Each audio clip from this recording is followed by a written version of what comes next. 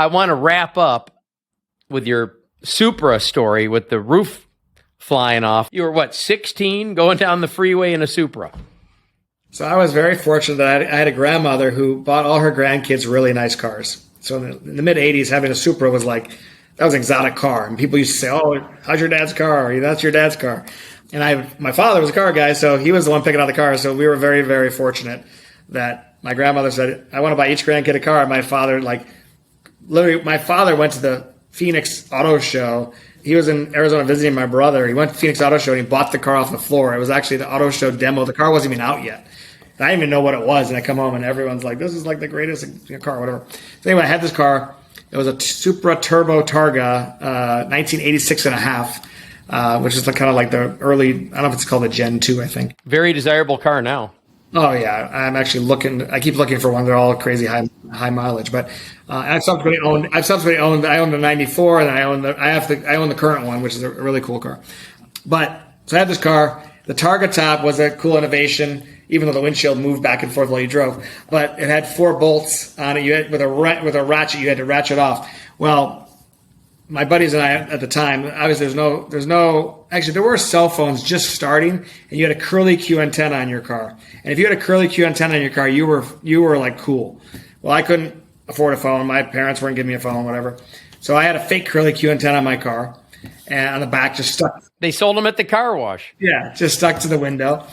But we all decided, you know what, we're going to get CBs. That'd be really cool. So we get CBs. We install them in under the dash.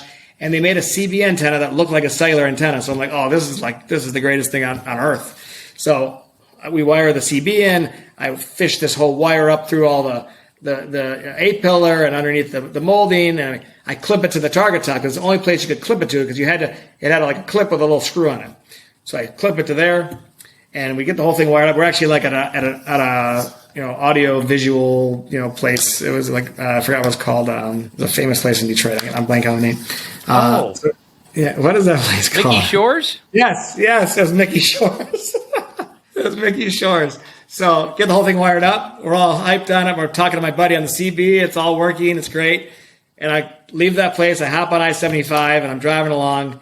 And all of a sudden, I'm probably going 75. And all of a sudden, the skies just open up and there's all this noise and there's cars screeching behind me. And all of a sudden, I don't know what's going on, but the dash, like half the dash gets ripped out of the car. And I'm like, I look behind me and there's cars skidding everywhere. And I pull over and I realize what happened. And first of all, the roof is down the road. The cord pulled everything out with it that was hooked to the antenna.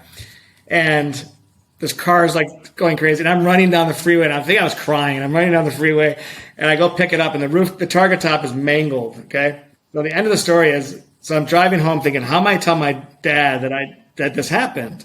Because he would always say to me, make sure you ratchet that down. Make sure you ratchet that down. Of course. So I got home. I go in his garage. He had a crazy tool set. And I take a rubber mallet and I just pound the thing, literally make it flat. But all the paint's gone. It's all wrinkled. And part of the headliner is burned off, like melted from running along the freeway. And I put it down. I'm able to ratchet it down. So, and I got in my mind, I'm going to tell my dad someone tried to break into the car. You're coming up with your story. So anyway, we go sit down for dinner, family dinner, and my father walks in and he goes, so you didn't ratchet down the top, did you? Where did it fall off? He goes, that looks pretty bad. I go, well, you haven't seen the interior yet.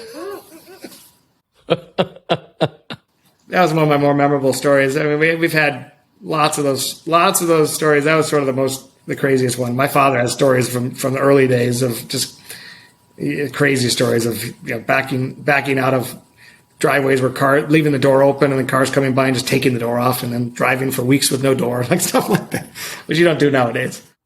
Oh my God. Now, was there any consequence? No. I mean, did the shit hit the fan or did he just say, hey, you didn't listen, did you? Only hit the fan in the respect that, the car was bought for me, but I had to pay for everything. So I had businesses since I was 12 years old. I was detailing cars, power washing decks and boats. And, I had to come up with whatever it was at the time. I think it was like $1,300. It was a freaking lot of money. Oh, cool. Yeah. Massive in the 80s. Yeah. It's like crazy. So 2 things. First of all, we've been doing this podcast since February. We've had Derek Bell, 5-time Le Mans winner. We've had Warren Brown, who built the General Motors plant in Russia.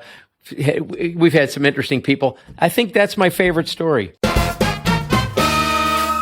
This has been Jeff Stearns, Connected Through Cars.